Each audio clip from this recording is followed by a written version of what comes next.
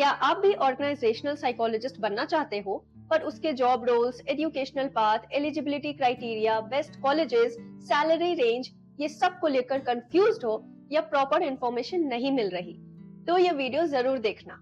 आज का वीडियो उन सब स्टूडेंट्स के लिए है जो अक्सर मुझसे कहते हैं साइकोलॉजी पसंद तो है लेकिन क्लिनिकल या हॉस्पिटल सेटअप में काम नहीं करना चाहते।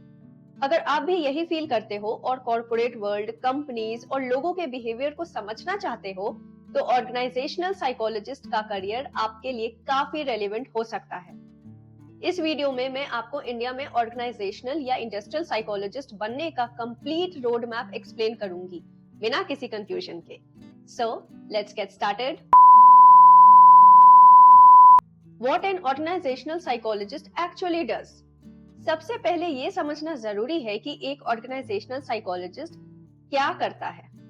ऑर्गेनाइजेशनल साइकोलॉजिस्ट कंपनीज के अंदर लोग कैसे काम करते हैं, कैसे सोचते हैं, कैसे मोटिवेट होते हैं, कैसे डीमोटिवेट होते हैं, ये सब चीज साइकोलॉजी के कॉन्सेप्ट्स और रिसर्च के थ्रू समझते हैं। इनका काम सिर्फ एचआर तक लिमिटेड नहीं होता, ये रिक्रूटमेंट और सिलेक्शन प्रोसेस को इम्प्रूव करते हैं, ट्रेनिंग प्रोग्राम्स डिजाइन करते हैं, परफॉर्मेंस और जॉब सैटिस्फैक्शन मेजर करते हैं और साथ ही साथ वर्कप्लेस एनवायरनमेंट को बेटर बनाने पर काम करते हैं।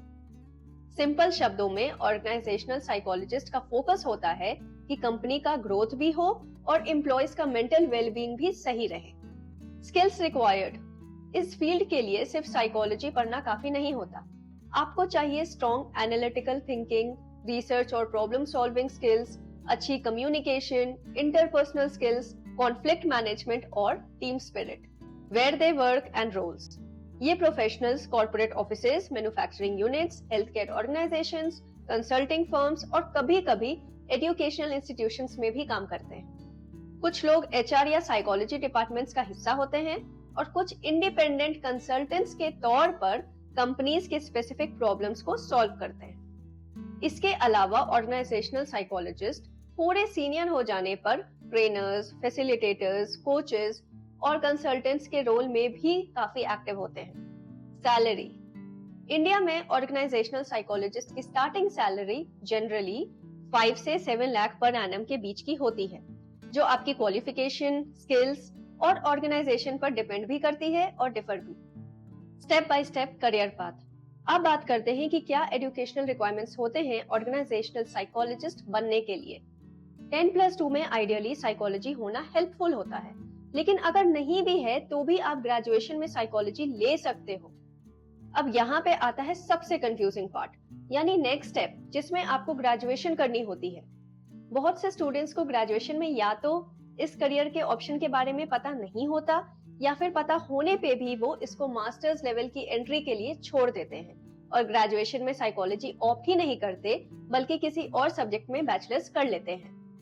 इसलिए मैं आपको एक पर्सनल सजेशन दे रही हूँ कि देखो, अगर आप लोगों ने +2 लेवल पे डिसाइड कर लिया है कि आपको आगे जाके साइकोलॉजी में ही करियर बनाना है, चाहे कोई भी स्पेशलाइजेशन हो, डजंट मैटर, फिर आप ग्रेजुएशन लेवल पे ही साइकोलॉजी सब्जेक्ट स्टार्ट कर दो।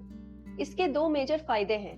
पहला, आपको एक स्ट्रॉन्ग बेस मिलता है, आपके कॉन्सेप्ट्स क्लियर होते हैं, और दूसरा, आपके मास्टर्स लेवल के एडमिशन के लिए आपकी एलिजिबिलिटी क्राइटेरिया मैच हो जाती है ऑलमोस्ट हर यूनिवर्सिटी के लिए, क्योंकि पहले most of the colleges non psychology graduates को भी मास्टर्स इन साइकोलॉजी करने के लिए एंट्री देते थे, बट धीरे धीरे रूल्स स्ट्रिक्ट होते जा रहे हैं।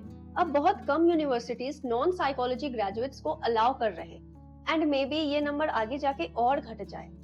तो cutting the long story short, +2 के बाद graduation in psychology highly recommended है, बट अगर आप ऑलरेडी किसी और सब्जेक्ट में ग्रेजुएशन कर चुके हो इन केस, तो आप अब सिर्फ उन यूनिवर्सिटीज में अप्लाई कर सकते हो जो नॉन साइकोलॉजी ग्रेजुएट्स को अलाउ करते हैं for masters in organisational psychology. Well, अब आगे बढ़ते हैं नेक्स्ट स्टेप की तरफ, यानी पोस्ट ग्रेजुएशन। यहाँ आप MA या MSc in industrial organisational psychology choose करते हो। इसी स्टेज पर आप organisational behaviour, HR systems, research methods और वर्कप्लेस साइकोलॉजी को डीपली समझते हो।